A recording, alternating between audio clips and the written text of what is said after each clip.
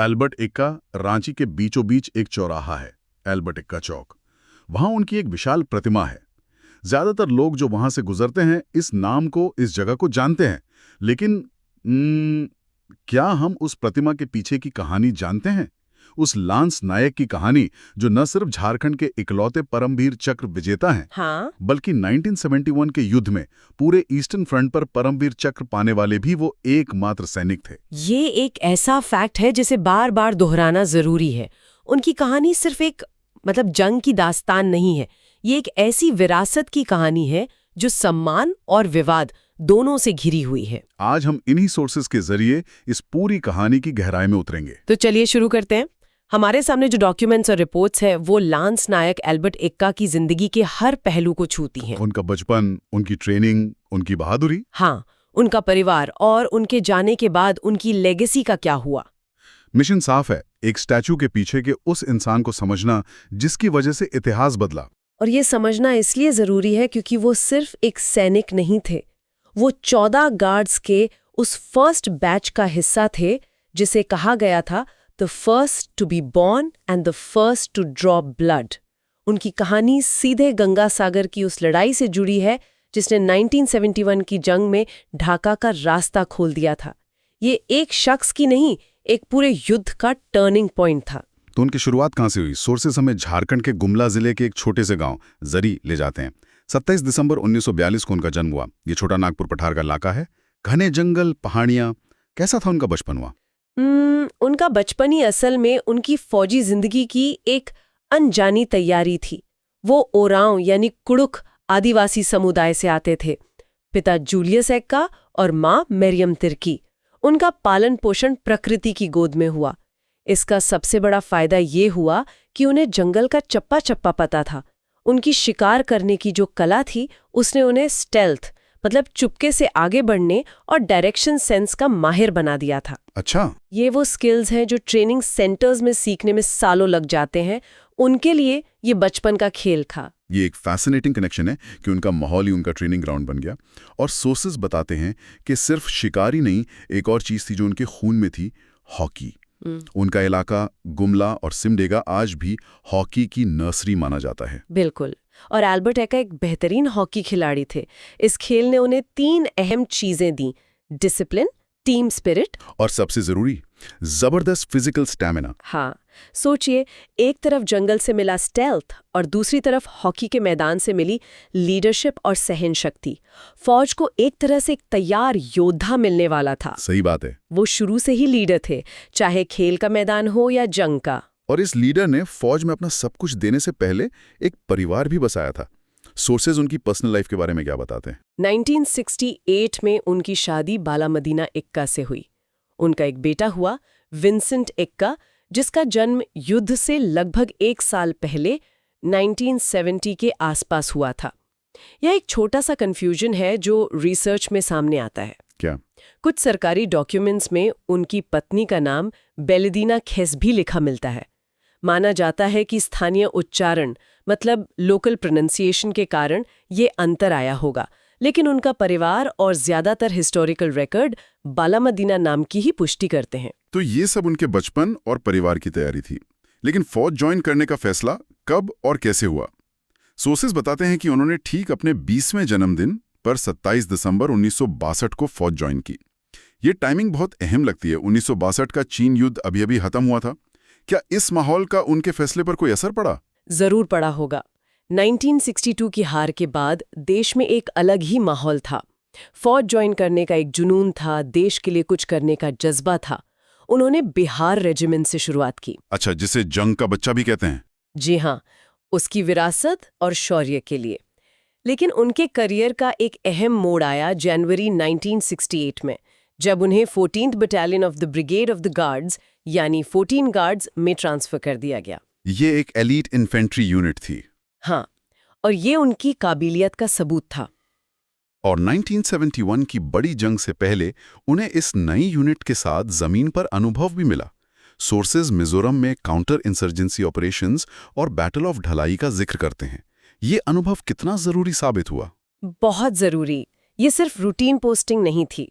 Counter insurgency operations ने उन्हें patrolling, ambush और जंगल वॉरफेयर की उन तमाम बारीकियों का माहिर बना दिया जो उन्होंने बचपन में सीखी थी। बिल्कुल, लेकिन अब उन्हें मिलिट्री डिसिप्लिन के साथ इस्तेमाल करना था। इस अनुभव ने उन्हें एक अनमोल एसेट बना दिया। इसीलिए जब 1971 की जंग की आहट हुई और 14th गार्ड्स ने ऑपरेशन नटक्रैकर और ऑपरेशन कैक्टस लिली जैसे कोवर्ट ऑपरेशंस शुरू किए, तो एल्बर्ट एक्का जैसे अनुभवी सैनिक उनकी सबसे बड़ी ताकत थे। सारी तैयारी हो चुकी थी, अनुभव हासिल हो चुका था। अब कहानी उस मोड़ पर आती है जिसने उन्हें इतिहास में अमर कर दिया। हमें गंगा सागर ले चलिए।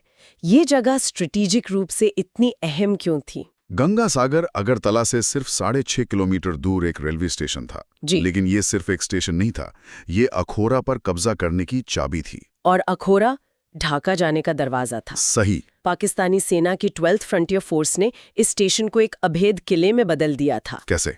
जमीन के नीचे बंकर्स, हर तरफ एंटी टैंक माइंस और कांटेदार तारों यानी बार्ब्ड वायर का जाल। वहां से आगे बढ़ना लगभग नामुमकिन था। एक सिंगल फाइल में ही आगे बढ़ा जा सकता था, जो कि एक मिलिट्री डिजास्टर हो सकता था। इस किले पर हमला कब और कैसे शुरू हुआ? 3 दिसंबर 1971 की सुबह 4 बजे। अंधेरा था, ठंड थी। 14 गार्ड्स की लेफ्ट फॉरवर्ड कंपनी ने हमला बोल दिया और लैंस नायक एल्बर्ट एक्का इसी कंपनी का हिस्सा थे। और जैसे ही वो आगे बढ़े, उनके सामने एक LMG यानी लाइट मशीन गन बंकर से गोलियों की बौछार होने लगी। उनकी पूरी कंपनी वहीं रुक गई। ये वो पल है जहां एक साधारण सैनिक और एक नायक के बीच का फर्क साफ होता है। उस सिचुएशन में एल्बर्ट एक्का ने क्या किया? उन्होंने देखा कि अगर ये LMG नहीं रुकी तो उनकी पूरी कंपनी खत्म हो जाएगी। वो अपनी सुरक्षा की परवाह किए बिना अकेले ही उस बंकर की तरफ दौड़ पड़े। अकेले? हाँ, बिल्कुल अकेले। इस दौरान उनके हाथ और कंधे पर गोलियां लगी। वो बुरी तरह जख्मी हो गए। लेकिन वो रुके नहीं। अपने घावों के बावजूद वो बंकर तक पहुंचे, अंदर कूदे और अपनी संगीन से वहां मौजूद 2 दुश्मन सैनिकों को मार गिराया। उन्होंने अपने हाथों से उस LMG को शांत कर दिया। एक LMG शांत हो चुकी थी। उनकी कंपनी को आगे बढ़ने का रास्ता मिल गया था, लेकिन लड़ाई अभी खत्म नहीं हुई थी। बिल्कुल नहीं। जैसे ही कंपनी आगे बढ़ी, एक और बड़ी चुनौती सामने आई। एक 2 मंजिला इमारत के टॉप फ्लोर से एक MMG यानी मीडियम मशीन गन लगातार आग उगल रही थी। और इसने कंपनी को खुले मैदान में पिन कर दिया था। अब सिचुएशन पहले से भी ज्यादा खतरनाक थी। और एक्का पहले से ही गंभीर रूप से जख्मी थे, खून बह रहा था। और उस हालत में उन्होंने जो किया वो इंसानी हिम्मत की हदों से परे है। उन्होंने एक ऐसा काम किया जिसकी कल्पना भी मुश्किल है। गंभीर रूप से जख्मी होने के बावजूद वो उस इमारत की दीवार पर चढ़ गए। दीवार पर? हाँ, क्रॉल करते हुए, दुश्मन की गोलियों से बचते हुए वो उस बंकर के पास पहुंचे। और एक झरोके से अंदर एक ग्रेनेड फेंक दिया। एक जबरदस्त धमाका हुआ और वो MMG हमेशा के लिए शांत हो गई। उस MMG को शांत करने के बाद एल्बर्ट एक्का ने उसी बंकर के अंदर अपने प्राण त्याग दिए। वो इतने घायल थे कि वहां से निकल नहीं पाए। उन्होंने अपनी कंपनी के लिए रास्ता साफ कर दिया था। उनका मिशन पूरा हो चुका था। एक अनुमान के मुताबिक उनकी इस अकेले की कार्रवाई ने कम से कम 50-60 साथी सैनिकों की जान बचाई। ये सिर्फ एक पोस्ट पर कब्जा करना नहीं था, ये अपने साथियों को जिंदा रखना था। उनकी इसी विशिष्ट वीरता और अत्यंत संकल्प के लिए उन्हें मरणोपरांत परमवीर चक्र दिया गया।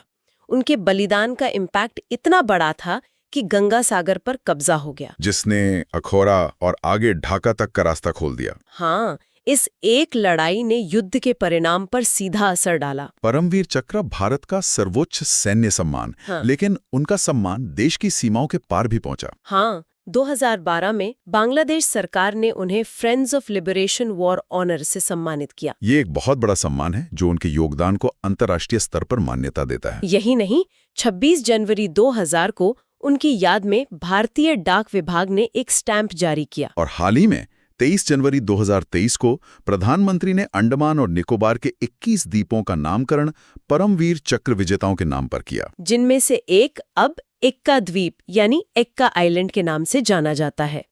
और होनी भी नहीं चाहिए। लेकिन यहाँ एक सवाल उठता है जिसे हमारी रिसर्च बार बार सामने लाती है।